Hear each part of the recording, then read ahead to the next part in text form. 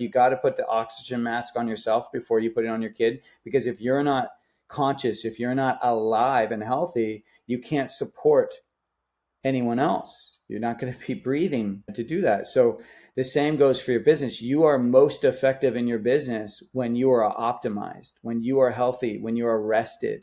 When we don't rest, we lose our creativity. When we're not healthy, we feel sluggish. We make poor choices. James, I'm super excited to have you join me for this episode of Coffee with Closers. Great to be here, Samuel. Thanks for having me. Most certainly. You have an amazing story. You're a chef for over 20 years.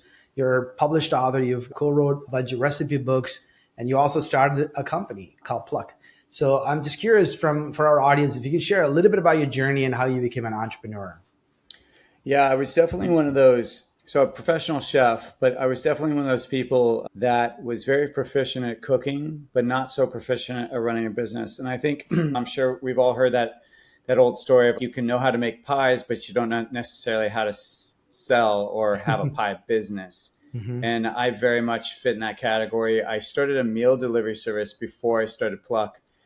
And I made so many mistakes. I was a private chef at the time. I was cooking for some very high-end celebrities. And I thought, I can just replicate what I'm doing with them in a meal delivery service. And so I was trying to customize each meal to the customer's needs. And that is just not scalable at all. Just to give people a snapshot, when we grew to over 100 customers, we were making 100 different versions of, let's say, chili.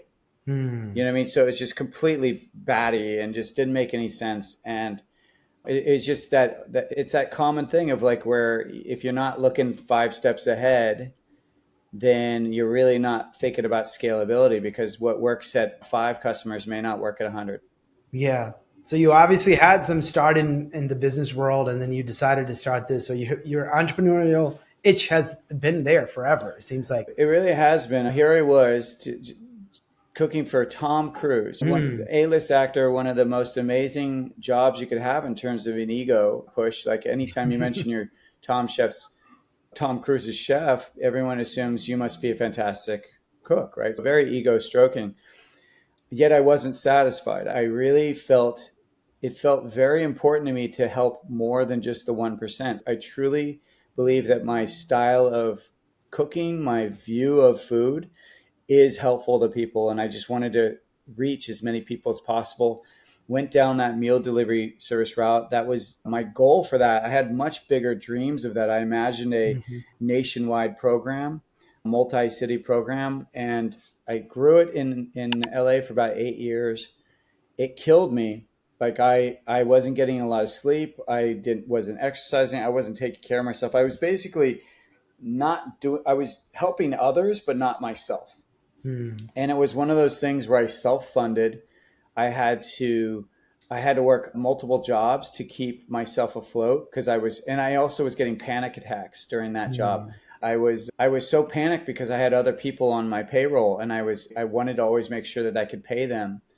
And in that process, I had to work multiple jobs to make sure I got paid. So I learned a lot. I really see that as my business education.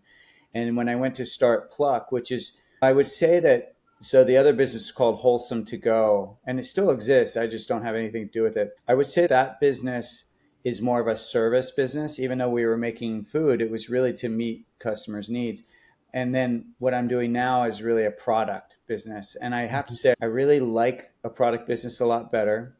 And what I love about having an e-commerce product business is that I came into this situation realizing, okay, your health plan cannot be separate from your business plan. That was one of my big learnings. And so when I was creating Pluck, I was like, okay, if you're an online business, we already have this concept in the US that our work weeks have to be 40 hours. Like that's just ingrained. That's what it's supposed to be. But if you look around the world, most other countries are not the same work hour week. They vary depending on what country you're in. Some are more and some are a lot less. So it really begs the question of, it's actually really made up. Like that we don't have to have a set work week. We just have to determine what work week works for our business model. And then also what work week works for your lifestyle. the one that you're co-creating. Mm-hmm. And I'm a father, so I wanted to make sure I had my afternoons off. So from 3:30 on, I wanted to be able to be with my kids. I also wanted to have my mornings off. So between 8:30 and 10, I wanted to have off so I could take care of myself, exercise, do those kind of things. And so that's what I built. And I did that by making sure that I was communicating to our online customers what they could expect. Mm-hmm. So I just made sure that they knew that customer service, we would get back to you within 24 hours. It wasn't a, hey, we're online all day, tell us what you need. It was simply like, hey, if you don't get an immediate response, it's because we're not online right now, but we will get back to you within 24 hours, because I knew we could do that. Mm-hmm. And so I've just tried to set clear communication of expectation. And so far, so good. Yeah. So you've learned some big lessons, obviously, building that service company. You realize it was probably very capital intense, right? Because you had to upfront all the cost of the ingredients and preparation, and then also the logistics of delivering all of that. And then you have to have a support staff that's helping you with cooking all the food. And I'm sure you had to store some of those ingredients and pre-prep all of that. There's a lot more complexity in that service sort of business, even though you said like you were making a product, but a lot of service that went into it. Now you're building this product business. So what were some of other lessons other than, hey, I want to have a much better work-life balance, and I want a business that's not very people heavy? What other lessons have you learned from that service business that helped you? I learned to get funding. So I had, for Pluck, I started the business with funding, got investors. And so started paying myself from day one, versus I think with the Wholesome to Go, it took me 6 years until I finally paid myself. Mm-hmm. Now, one of the big lessons I learned with Wholesome to Go is that, so because I was having to work really 3 to 5 other jobs to survive, that meant I also didn't give Wholesome to Go 100% of my attention. And I believe that's why it took me so long to pay myself and to really make it a legitimate business, is because I was so divided. Mm-hmm. And so that is a big change I made, is like with Pluck, I am all in. This is my job. This is my career. And so I make sure that the business is getting the attention it needs to grow and to grow quickly.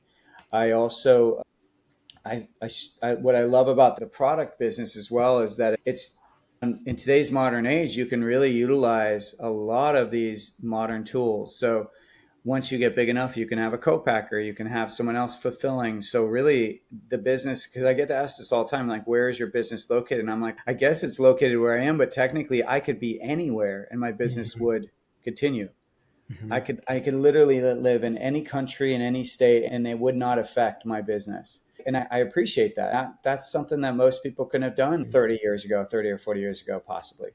So I really appreciate that. I also love that with a product, it really feels like it's one of those things where people know they cannot customize this product. The product is what it is. So you either like it and want to buy it, or you don't. So when it becomes less about finickiness, or like people can like if you go to a restaurant, you can say, hey, can I have that without mushrooms? So you can customize most food service businesses. But when it's a product business, people know you can't customize it. It is what it is. And I appreciate that, because then now it's not about trying to meet every customer's needs and demands. What it becomes is just finding the lever, pulling the right levers in terms of marketing, and yet getting your product out there to make sure that your product is reaching the audience that wants to buy it. Mm-hmm.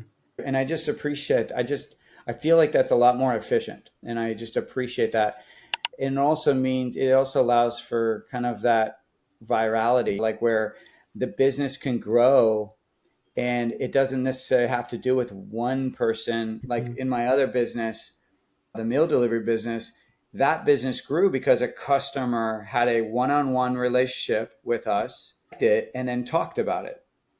Whereas this business, it's like people might hear about it from ads. They might hear about it because someone did talk about it. It might be socials. It's just so much easier for the virality of the spread of the information to happen, because it's not like they're saying this product is great because they remove the onions from the dish, because they customize this. No, I like this product because it's helping me get organ meats in my diet and my family's diet, and I don't have to work at it. It's boom. Yeah. It's such an easy exchange. So I really appreciate that as well. Yeah. What you're describing is also being adapted into the service industry as well. It's called the productized services, where they package a certain set of deliverables to solve a specific business problem. And you don't have a lot of say in what the deliverables are. Whoever makes the product, they would say, hey, it's a productized offering that's specifically designed to solve this business challenge. And either you buy it or walk away. And you have to know your ICP so well, and you need to know their problem better than they know the problem themselves. So you can say, hey, we have perfected this product based on what we know is the solution to your specific problem is. You just got to buy this product. So I think people are trying to adopt that model for service companies as well. Absolutely. I mean, because I did this in 2007, that's when I Mm-hmm. started it. So it was, and then I owned it and ran it for 8 years. So absolutely. Now you're seeing meal delivery services where they are more products. You're seeing that they're Mm-hmm. not customizable. They exactly what you're saying. I Yeah. honestly, I don't think I see the model that I was doing, or because back in the day there were only a handful of us. There weren't a Mm-hmm. lot, and we were one of the first ones doing gluten-free products. We also had a sugar control detox, so there was a lot of things we were doing differently. Mm-hmm. But now, absolutely, it's more of you get these amount of meals this every week, every Mm-hmm. day, and it's a very set product. Yeah. However, though, the thing with it that you really have to be on top of with that business, and I appreciate because you with the business I'm in now, it's like we have very set recipes and we can really dial them in Mm-hmm. terms of the percentages of the recipe and try to make sure that the product is consistent every time we do a run. Mm-hmm. In the restaurant business, while they try to do that, it's much less regimen. You can say, oh, hey, they're all grilled chicken breasts, but you can't always determine that they're going to look the same. Mm-hmm. And sometimes, like I was just at a restaurant, for example, last night, and we got a dish that we'd ordered before many times, and it looked completely different than the other Mm-hmm. times. And we kept saying, this isn't the dish we remember. And they admitted to us, they said, oh, we have a different chef this week. You know what I mean? Mm-hmm. So there's so many more pieces that can have human Variable. error or that can have Right. issues when you're in that industry that it's impossible to regulate the Yeah. way that I can with my product now. Yeah, I'm actually trying to be low sodium. And when you go to restaurants, you ask them like, "Is there any way you can make it low sodium?" They often say it's pre-prepped, and which means like they've already made a batch of whatever that the ingredients, and they're just putting it into whatever and then handing it over to you. So that is also they're also trained from an efficiency standpoint, right? Pre-prepping a lot of their ingredients so they can speed up the delivery and also be more profitable. Absolutely. And regarding the low sodium comment, I'll just share in terms because Pluck is a seasoning, Mm-hmm. but our uniqueness is that we're adding organ meats to that seasoning. So we're taking that seasoning, we're truly making it a functional seasoning.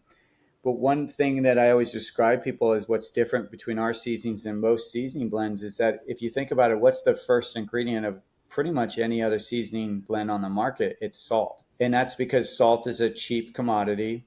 And it's usually what you have when you have a blend is you have salt with seasonings. Mm-hmm. So the salt being the most ingredient, and then they're adding a little bit of the seasonings because those are the most expensive ingredient. They're adding a little bit of those to keep their margins, right? For us, because we already have a high price item or ingredient in there with the organ meats, the whole product is maintained in its kind of luxury or high quality. Mm-hmm. So salt is the fourth ingredient. First Mm-hmm. ingredient is onion, which is expensive because it's organic dried onion.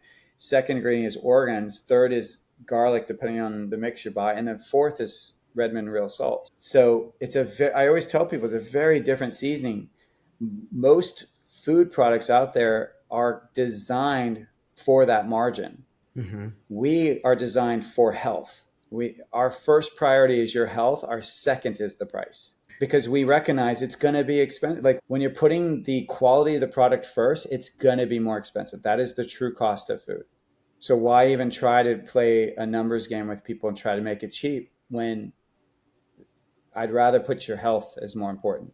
Yeah, and then tailored to the audience that actually care about the health and willing to invest what's necessary. Exactly. Exactly. Exactly. So you mentioned with your first company, you also had to take 5 jobs, and I'm assuming you were married at the time. So what kind of toll did it take on your family while you're trying to build that company, and also be the father and the provider for the home? Initially, I actually was not married. I got married kind of near the tail end of it. And I think that's kind of why I was able to do what I was doing, is because I was single. But and then I also didn't have kids until I think a few years before the end of my run with the business. I think that's the question, right? Is how do your priorities change when you start adding these new elements, whether it's a partner or whether it's a family, kids, like the priorities of not only how you run a business changes, but your priorities within that business change. Mm-hmm. And so whereas I started that business, I would work crazy hours, sometimes 12 to 16 hours, and I was okay with that. And I was giving myself the permission to kind of live that lifestyle, but it took its toll. And I think it's when I had my kids that it inspired me to change. I was when I owned that meal delivery service, I had many other ideas, and they were very good ideas in my judgment. Like one was to create cultured condiment products, which now exist, but at the time did not. And that's basically taking things like ketchups, mustard, salsas, mayonnaise, and making them healthier for people. So no longer making ketchup a vehicle for sweetness, but actually making it what it was initially used for, which was to support digestion. So ketchups used to be fermented. Mustards used to be fermented. Salsas can be fermented. So there's all these, and fermented foods support digestibility. So I had that idea. I also had an idea with using bone broth where I could take it and I could concentrate it and make it as easy as you just adding hot water to it, like a Keurig, right? So I had that idea before anyone else was doing it, but I could not pivot. I was so sucked into the business I had, that meal delivery business. I was so swallowed by it that I couldn't pivot to these ideas. So when I had my kids and I was on my way out of that business and we had moved out of LA, like I was trying to ensure that I was basically changing my lifestyle first so that I could be healthier. And that took me leaving the city and moving to a whole other city to help support that, because that forced me to ensure that the business could run without me. And as I did that, and I think I had my second child right around then, I started to really think of nutrition differently. I started to think about, how do I ensure that not only my health is there, but also my kids? And so it started me going down the kind of rabbit hole of what are the most nutrient-dense foods. And if you do that search, you start to find that animal organ meats really are the most nutrient-dense foods, but people are not eating them. And there's really a few hurdles. You have the hurdle of people think they're gross. People don't know how to source them. And then third would be people don't know how to cook them. And so as I started going down that rabbit hole and thinking about these things, that's where the idea for Pluck came in, because I said, if I can solve those three things and I can support my kids and myself in getting that nutrition from organ meats really easily and deliciously, then maybe I can help others too. So it was really that motive. That's what pivoted me. Not only did it pivot me in terms of the product I want to sell, but it also pivoted me in terms of the lifestyle I wanted. Yeah, even some of those other ideas that you talked about, like the bone broth being actually more like a capsule or something that you can put in hot water. Because when you talk about the sodium ingredients, I've looked at even the organic ones, and they're like 280 milligrams or something. Some outrageous amount of sodium is in just in a small little cup. And we just had our fifth baby. We stayed at the hospital, and so I had to eat out in the hospital. And every menu that I was looking at, because I'm so conscious of the sodium intake, and it's like 2,500 milligram, whatever that, it's outrageous amount of sodium. And I'm like, I'm taking medication to help me with my blood pressure. I don't even think I can eat this stuff. So eating out becomes so crazy. And then some of the things that you've shared, these companies are so focused on preservation of their product on the shelf and the shelf life. And then, like you said, mostly the profitability by reducing the most expensive ingredients, right? They're just putting all this sodium into all these food products, and then it's actually not helping us. Like you said, also kind of the sugar, using it as a sugar substitute, some of these other products as well, that they're all causing us a lot of health concerns. That's the challenge, honestly. So if you think about it, if you follow the trends, these health trends, right? Whenever there's a new trend, whether it's keto or paleo or even plant-based, what's the first category of that trend that tries to be monetized in the grocery store? It's the desserts. It's the addiction that we have towards sweets. Mm-hmm. It's always that. And you look at like keto brownies, cookies, bars, Mm-hmm. like all this stuff, it's always focusing on that part of ourself, that very human trait of addiction. Mm-hmm. And then you're seeing it now with alcohol. You're seeing all those kind of healthier versions, low calorie alcohols and stuff like that, or faux alcohols, which is to me really absurd. Like you're telling me you love alcohol so much that you want to drink a fake beer. You know what I mean? Like to me, that's just playing on that addiction, that Mm-hmm. human addiction. And so my challenge to myself and my challenge to anyone out there that's trying to ride a wave of trend or that's thinking about food Mm-hmm. is the challenge is what if you made a product that was not trying to feed off of people's addictions or that kind of sweet alcohol? Not sure. Those are the two big ones, but that wasn't playing in that realm, but was actually playing towards the realm of how can I help people Mm-hmm. and not just help them get a fix, but how can I actually help them feel better in their body. And Mm-hmm. those desserts, that is not the mission of that. That is just to support someone. Oh, hey, you're eating keto. I get that you probably are craving sweets. So let me help you get your sweet fix. But that doesn't help us. That's the short game. I'm Mm-hmm. interested in what's the long game towards how do we support our health in the long run. And I imagine your kind of that desired outcome is no different than mine, which is you want to live as long and capable as possible to be there for your kids, right? You're creating a life with these kids that you're having, and you want to be a part of their life as much as possible. And so that becomes the question of what's going to help you get there. And that's Yeah. the products I want to see. Yeah. And we need more entrepreneurs like you who have that vision for a better future for everyone involved. I think the food industry is a massive industry. And of course, the people who are very profit oriented and focused on just making money for the short term are not very concerned about the health and wellness of anybody who is consuming that product, unfortunately. Yeah, and that's their prerogative, but it's how, do you remember back in the day, like when those yogurt businesses were so popular, frozen yogurt was so Mhm. popular. I feel like it was in the early 2000s. Yeah. The And red mango blew up during all of that them, time. right? And so Mhm. it's like there was articles in business magazines that talked about if that during that period, whatever it was, 10 years or 8 years, whatever it was, that if you just created a yogurt shop, didn't even Mhm. matter how good the quality of it was, that you Mhm. would become very profitable just because of the trend. And I Mhm. think that's really what people like. I think there's lots of different types of entrepreneurs, and that's one very specific type of entrepreneur that's just looking to maximize Mhm. or profit from a trend. Mhm. And I just challenge people to go deeper than that. Like that we've people have seen and done that, and it's sure you can take advantage of that. But I would just love to see, particularly in the in the food industry, and Mhm. I would love to see a change where people are instead trying to be creative in supporting people's health instead of just riding a dietary trend. Yeah. So you mentioned that you're not a seasoning as a typical seasoning is, right? You also have some protein and other nutrient values that come with your product. So first explain a little bit about what Pluck is and how is it different from a typical seasoning. Yeah, so pluck is truly so organ meat's referring to like beef, liver, heart, kidney, spleen, pancreas. It could be tongue. It could be basically any part of the animal that's not the muscle or the bone is Hmm. considered organ meats, or what we also could call offal, OFFAL. And that's a perfect name, of course, because a lot of people think that it tastes awful. Awful. Yeah. But so that's what organ meats are in really any species. I'm focusing on beef mostly because that's the most nutrient dense, but there you could have elk, you could have venison, you could have chicken, poultry, even fish have organs, right? So there's lots of things you could do from other species. But so what we did was we took the 5 organs, liver, heart, kidney, spleen, pancreas. They're freeze dried and powdered from 100% grass fed cows.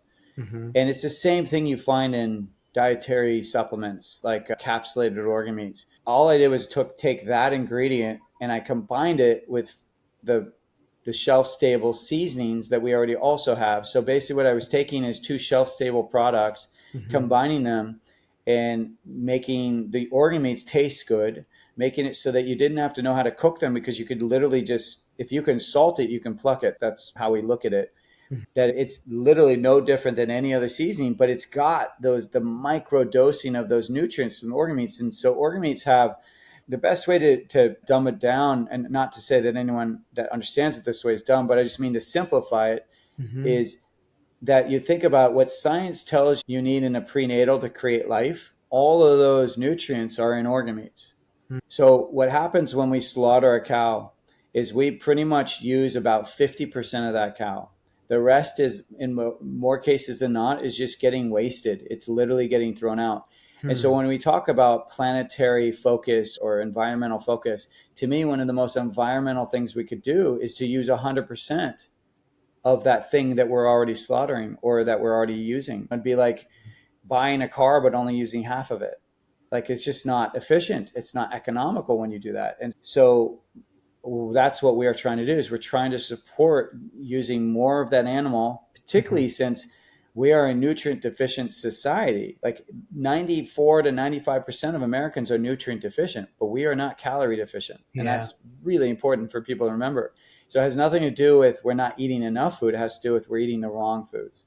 Mm-hmm. So if that's the case, what's fascinating is that we're only using about 50% of that cow, but then what are we turning around and doing? We're nutrient deficient, and then we turn around and we're putting our money towards a multi-billion-dollar industry called the supplement industry, Yep. to supplement what we're not getting in our normal diet. But if we just ate that other 50% or 30 to 50% of that animal, we wouldn't need to supplement that in the other industry. So we can be a lot more efficient, we can support our health, and we can do it a lot easier. There's lots of clear arguments nowadays showing how when animals are raised properly, they actually are very pro-planet, not against the environment. It's very pro-planet. But the key is they have to be raised properly, and they have to be raised in environments that support that kind of that regenerative farming, where you're closing the circle of how things are used on the farm and making sure that everything is supporting the entire ecosystem. And when you have an environment like that, it's very pro-planet. And then it's also pro-nutrients, and it's pro-human because it's helping our health as well. So ultimately, that's what Pluck is. We're trying to support people in getting a whole animal in their diet. We're trying to support them in getting it easier into their diet. And we're trying to make sure that it's it's an easy assimilation.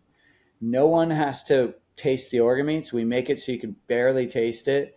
We make it so that the umami in the organ meats really pops, and it makes your food, when you use Pluck, it actually makes your food taste better. So we get comments all the time of people saying, wow, everyone thinks I'm a better cook now that I use your seasoning, things like that. And then lastly, as a parent, that's one of the things we want, right? We want our kids to thrive. And the reality is most of us are dealing with picky eating. And so it's really hard to get nutrients, really healthy nutrients into your kids' diets. It doesn't get easier than seasoning. It just doesn't. Like I can't even tell you how many parents tell me, oh, I made a pate with the organ, because pates usually have the liver of the animal or multi-animals. So they'll use different parts of the animal, and they'll make a pate, which is almost like a dip that you can put crackers or carrots in, right? They'll say, oh, I made that pate and no one ate it but me. And I'm like, yeah, that's the reality. But let's just say if you're having a movie night at home and you guys make popcorn, guess what? You can sprinkle Pluck on that popcorn, and now your whole family is eating organ meats and no one even knows it. No one has to think about it. There's no effort. We're literally meeting you where you're at. You can still keep eating the foods you normally eat, but now you're getting those micronutrients from the organ meats. You're getting micro doses of those micronutrients every time you use it. And so the way we describe it is microdosing equal plus frequency equals accumulation. So as long as you do it often, which we eat often, right? So every time you eat, just use Pluck. You're going to get those micronutrients, and it's going to start to build up, and then it will be substantial. And we get lots of feedback of how much people feel. Their energies are higher, sleep is better, kids' skin issues go away. My kids are now eating more adventurously. They're not as picky as they used to be. Like, it's just endless, the amount of feedback we get. But most of all, we get the feedback of how happy parents feel that they're supporting their kids' health. Yeah. There's certainly a lot that we can talk about that there, but I'm also just curious because what you're describing about your product offering, right, is very much an educational driven challenge that you have, because you're up against what's on the shelf that's probably half the price or even cheaper than what you have. Oh, yeah. But then you have this nutrient rich product that has so much more value that they can bring to the table. And so you have this struggle of how do you educate your customers about it? So what have you been doing to get the message out to the audience? We were up against a few walls. So we launched during COVID. So here we had Mm-hmm. a new product that no one knew what it tasted like, and we Mm-hmm. couldn't get the product into stores or sample it on tables. We couldn't get you to taste it because there was no avenue for that. So what I did there to solve that is I started reaching out. I was hooked into some podcast groups, and because I've worked for celebrities and I've been in the culinary industry for so long, I had some cachet that I could call upon. And Mm-hmm. so it wasn't just me selling a product, but it was me coming on to provide support for the listeners in terms of how to master their kitchen, or Mm-hmm. how to support people with whatever their food issues are around, or their health issues around food. So I was able to get on a lot of podcasts. And but what I would do is I would send Pluck to that podcast host Mm-hmm. before I was on. So then that way, when it came up, I could say, what did you think? And then what happened is I got the host of their own show talking about their perspective of the product. And that just helped us take off. And then it was really about focusing what is the lowest hanging fruit of, and whenever you're, I think you with any product, you have to look at who are the customers that have been waiting for you to come out with this product. So not the ones you have to educate, but the ones that Mm-hmm. already know about what you're doing, or they already know about the subject, but they just need to know about you, and they already want it. They're already purchasing in other ways, but they would purchase it through you. So we just started identifying what are some communities that already know about organ meats, already know Mm-hmm. about the importance of organ meats, and are already, in most cases, taking them, but are looking for easier ways to get them in their diet. And we identified that's paleo, and that's keto and carnivore, and people that eat ancestrally. It's people that are prenatal and postnatal, so people that are trying to get pregnant, and then also people that have just had their children and are trying to replenish their nutritional stores. It's also new parents that are trying to get these foods into their children but don't know how. I would say those were our main audiences that we identified, already knew about the importance of organ meats, but just didn't know how to get it in. And so we focused on those. When I got on as many of those podcasts, I reached out to as many of those influencers that are in those spaces. And then we created an affiliate program so that they could join as affiliates. We got them product. And then we even sell wholesale to ensure that if anyone has a brick and mortar practice, that they can then sell there too. And I'm happy to say it's worked. Mm-hmm. We still have a lot more growth that we can do, and I think we're very much becoming known as like the premier option for this, because we're really it. I think there was a copycat company that did come out with another seasoning that had organ meats, but their quality is very low. Like the seasoning, they don't have a culinary background. So what they did was they just found a seasoning blend that was already pre-done. And to your point, it was very high in salt. It had some seed oils in it. Like it was like pre-made by an industry that doesn't care about the health. Whereas I made our seasoning blend based on flavor and also your health. So they'll never be too high of salt, and there'll never be sugar in my products, because I don't believe in doing that. But they did. And so the product is very subpar for it. Yeah, I mean, actually, I really love the product packaging, and obviously, I want to try it and see how it tastes as well. But you've done a great job building the brand, and you've done also some very cost-effective way to get in front of your target audience, like you said, podcasts, affiliates, and other means of getting your brand name and your product in front of those people. And also, what you said in terms of capturing that existing demand, people who are in market audience who already know about the product and who knows the value of the product offerings, they're the first one you want to capture, because that actually increases your likelihood of winning those as customers. And then also your education time is a lot shorter, because you don't have to do a lot in convincing them this product is superior to some alternative options. So It's great that ripple approach. effect, right? I really do believe you got to be in it for the long game. We're running a marathon, not a sprint. And Mhm. so yes, it might feel like it's very niche at first, but it's only because we're probably about 5 years ahead of the curve. So when we Mhm. launched in 2020, like I just had the instinct. I'm like, oh, organ meats are going to be the next thing, because Mhm. we had already seen an explosion with collagen, and collagen took about 10 to 12 years to really explode. I was in the health circles at the time, and I remember collagen came out, and everyone was like, what? Put Mhm. this in your coffee, put this in your drinks, what? And now, 10 years later, you can see it in convenience stores. You can literally walk into a convenience store and they have collagen packets there for Mhm. you to purchase. Yeah. So it did take some time, But collagen is a humongous business now. And I just instinctively was like, oh, organ meats are going to be the next thing, because collagen is an animal-based product. And I just feel like our food's not getting healthier. So we're going to start looking for natural resources for health. And so instinctively, I thought it was organ meats. I think that I'm correct, because even from 4 years ago, organ meats, like all these ranchers are telling me, they're like, oh yeah, we're starting to sell out of our organ meats, and we didn't sell out of it 4 years ago. So there's already an awareness that's happening, and it's that ripple effect. And because, to your point, because we're tapping into a very core niche of that, and then they're talking about it, they're the ones that are spreading the education, not us, because they're the influencers, they're the people that they're not relenting on their messaging. And so as people's health declines and they look for new sources of like, where can I learn how to be healthier? And they find these influencers, those are the people that are educating. And so my hope is that trend continues, and that if you and I talk in 4 years or even 3 years, that we will not only be the main company that people look to for innovative ways to get their organ meats, but that we will be that $10 to $100 million company, whatever it is, that's seen as the premier provider of these types of products, these functional kind of food products. Awesome. Obviously, we can sit here and talk a lot more about this. So you've built 2 different companies. You've learned a lot. What would be one big piece of advice you give to an entrepreneur who's trying to build something out?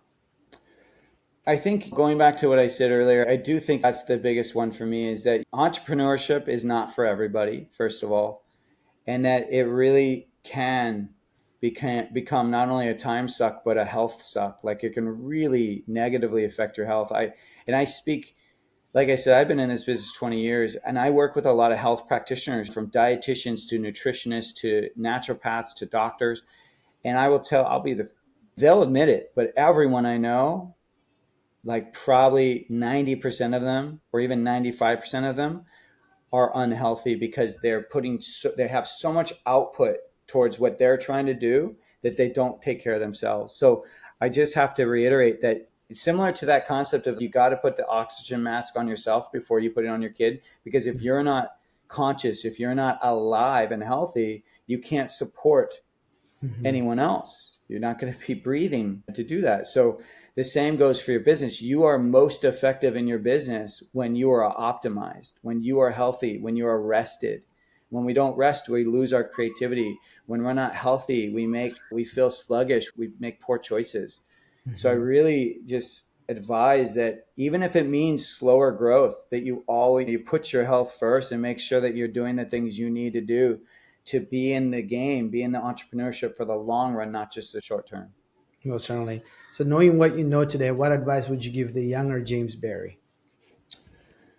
I would say that it's, don't have so many jobs, really go all in. I think that one of the reasons why I was so spent is because it took me so long to get my head above water with that other business. Whereas had I just focused on that business 2 feet in, not just 1 foot, but 2 feet in, I would have gotten there a lot faster. And then I maybe wouldn't have been so spent by the time I got there. Awesome. What a great wisdom and ideas that you've presented today, James. I really enjoyed our conversation. Thank you so much for sharing your life lesson with my audience. Thank you, Samuel. Be well. This episode of Coffee with Closers is brought to you by One IMS, a leading digital marketing agency helping businesses win new customers. To request a free marketing ROI audit, please visit oneims.com. If you enjoyed this video, please share it. To make sure you never miss an episode, please subscribe.